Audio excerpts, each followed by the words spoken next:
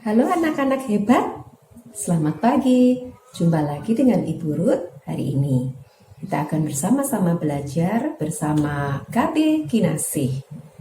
Nah anak-anak, sebelum kita bersama-sama belajar, kita akan berdoa mohon pimpinan Tuhan. Tangannya dilipat, matanya ditutup, kita akan berdoa. Ditirukan ya.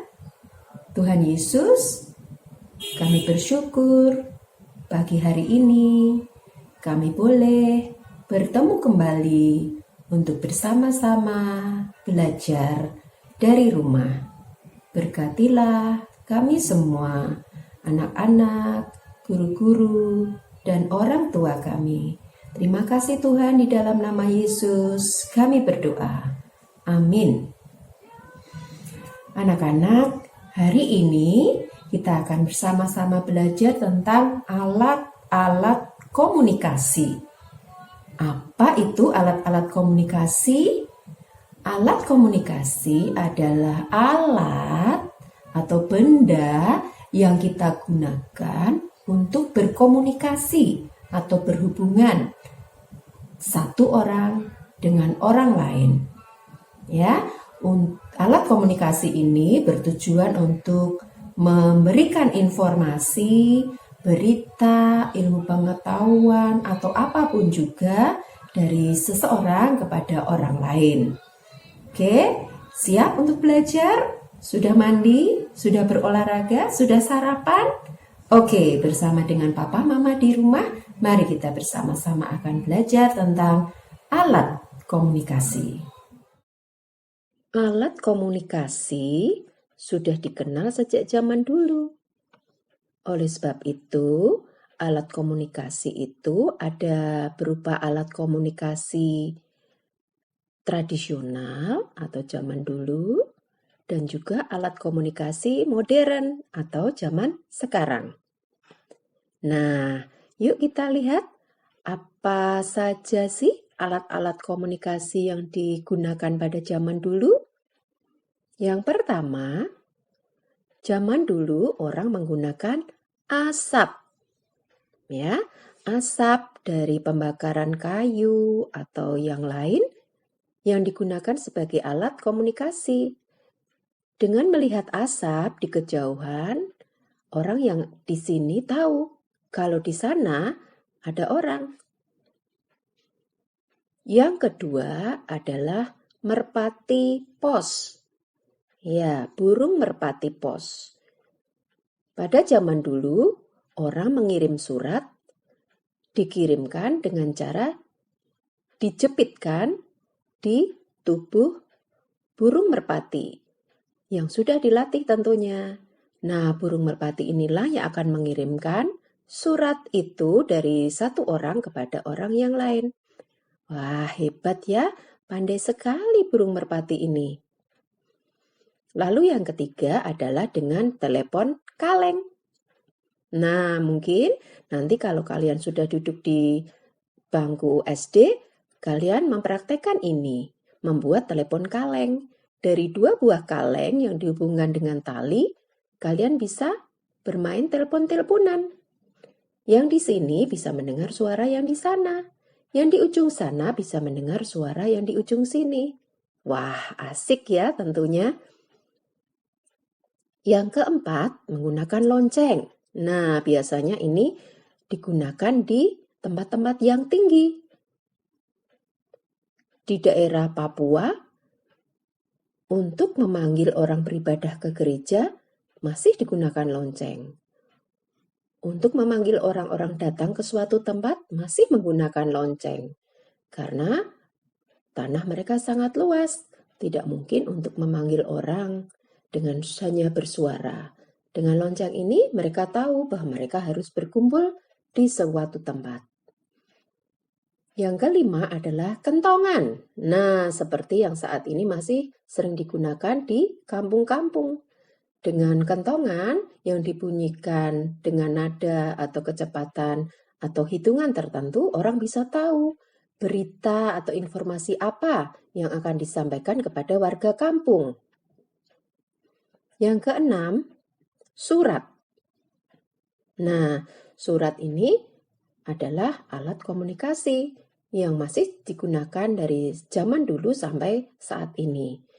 Mengirim berita, mengirim kabar, mengirim informasi dari satu orang kepada orang yang lain dengan cara menulis pada selembar kertas atau beberapa lembar kertas dan dimasukkan ke amplop lalu diberi perangko dan dikirimkan. Yang ketujuh adalah surat kabar atau koran. Nah, ini juga sampai sekarang masih bisa kita lihat. Dengan membaca koran atau surat kabar, kita bisa tahu banyak sekali berita atau informasi, bahkan di belahan bumi yang lain. Yang kedelapan adalah telegraf. Ini adalah mesin telegraf. Bisa mengirimkan berita dari satu tempat ke tempat yang sangat jauh. Ini merupakan peralihan dari alat komunikasi tradisional atau kuno ke alat komunikasi modern. Nah, itu tadi 8 contoh alat komunikasi tradisional. Sekarang alat komunikasi modern. Kalian pasti bisa menemukannya saat ini. Yang pertama adalah radio. Radio kita bisa mendengar suaranya. Oleh sebab itu radio disebut alat komunikasi audio. Alat komunikasi audio atau suara hanya bisa didengar. Nah, kalau kita melihat sebuah pesawat radio, tentu di situ ada sebuah tombol untuk mencari gelombang. Alat atau tombol untuk mencari gelombang radio ini biasanya bentuknya lingkaran. Bentuknya lingkaran, seperti yang ditunjuk tanda panah di gambar ini. Yang kedua adalah televisi. Nah, siapa yang suka sekali menonton film atau musik di televisi? Nah, televisi ini juga merupakan alat komunikasi. Tapi selain bisa kita dengarkan suaranya, televisi juga bisa kita lihat gambarnya. Oleh sebab itu, televisi disebut alat komunikasi audiovisual. Bisa didengar dan bisa dilihat. Nah, layar TV bentuknya apa yo? Layar TV bentuknya persegi panjang. Persegi panjang. Lalu yang ketiga adalah telepon. Nah, ada telepon yang dipasang di rumah, ada juga telepon yang dipasang di kantor. Tapi sekarang sudah jarang orang menggunakan atau memasang telepon seperti ini di rumah. Yang keempat adalah komputer. Ada layar, ada PC atau mesinnya, dan juga ada keyboard atau tempat di mana kita bisa mengetik. Yang kelima adalah laptop. Nah, laptop ini mirip dengan komputer, tapi kalau laptop lebih praktis karena bisa dibawa ke mana-mana. Dan yang terakhir adalah handphone. Nah, siapa di sini yang sudah punya HP? Wah, sudah banyak ternyata yang punya HP sendiri. Baik komputer, laptop maupun HP atau handphone adalah merupakan alat komunikasi yang paling maju atau paling modern saat ini. Dengan komputer, laptop, dan handphone kita bisa tahu tentang banyak hal. Nah, ada berapa handphone di gambar ini anak-anak? Yuk kita hitung sama-sama. 1, 2, 3, 4, 5, 6, 7, 8, 9. Ada 9 handphone di gambar ini. Nah, sekarang kita akan lihat warna-warna dari angka 1 dan 9 di gambar ini. Yuk kita cermati, kita lihat lalu sebutkan. Angka 1 berwarna merah. Angka 2 berwarna biru. Angka 3 berwarna kuning. Angka 4 berwarna hijau. Angka 5 berwarna oranye. Angka 6 berwarna merah muda atau pink. Angka 7 berwarna abu-abu. Angka 8 berwarna hitam. Dan angka 9 berwarna coklat. Nah, nanti kalian ulang di rumah bersama ayah atau ibu ya. Kalian bisa tahu warna-warna. Dan hari ini kita belajar 9 warna. Nah, anak-anak, kalau kita menggunakan HP, komputer, laptop, atau menonton televisi, ingat, kalian harus menonton atau menggunakannya sesuai dengan kebutuhan kalian. HP hanya kalian gunakan untuk belajar, menonton tayangan yang sesuai dengan umur kalian, lagu-lagu, film, atau yang lain, dengan didampingi orang dewasa. Ya, didampingi ayah, ibu, atau juga kakak. Nah, jangan lama-lama juga menatap layarnya karena bisa merusak mata. Ya, jadi ingat, tonton acara untuk anak-anak, tonton seperlunya, jangan dekat-dekat. Dan kalau sudah tidak kalian gunakan, istirahatkan atau matikan. Anak-anak, alat komunikasi diciptakan oleh manusia karena manusia diberi Tuhan akal, diberi Tuhan kepandaian. Jadi kalau sekarang kita bisa berhubungan satu orang dengan yang lain, kita bisa belajar menggunakan HP seperti saat ini atau mungkin menggunakan laptop atau komputer. Itu semua karena berkat Tuhan yang memberikan kepandaian kepada manusia, dan manusia bisa menciptakan atau membuat HP, bisa membuat laptop, komputer, dan yang lain. Jadi kita harus bersyukur kepada Tuhan.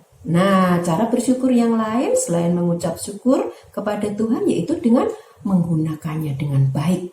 Ya, menggunakannya dengan tujuan baik.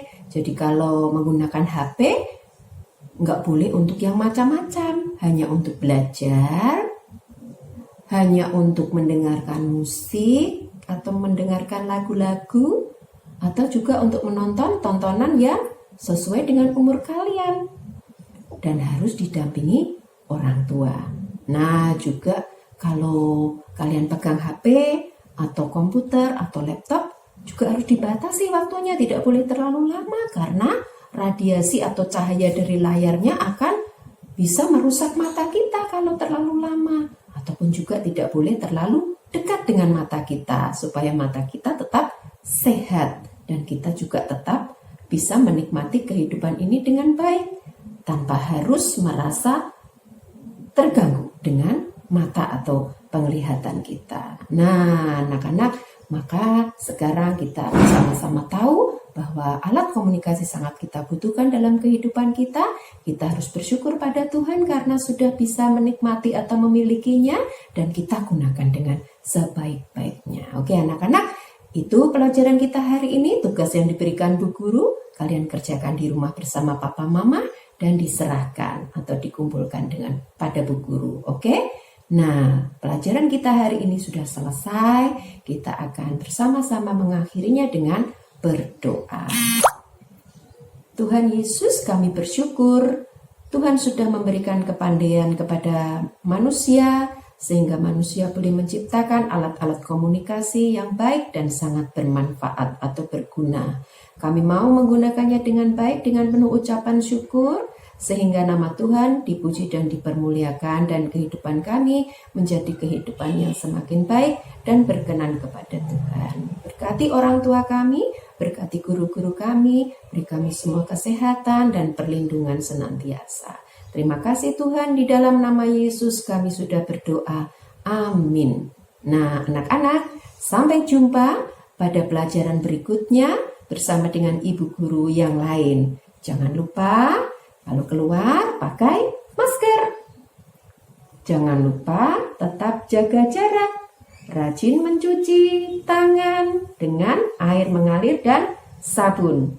Tuhan memberkati kita semua. Dadah!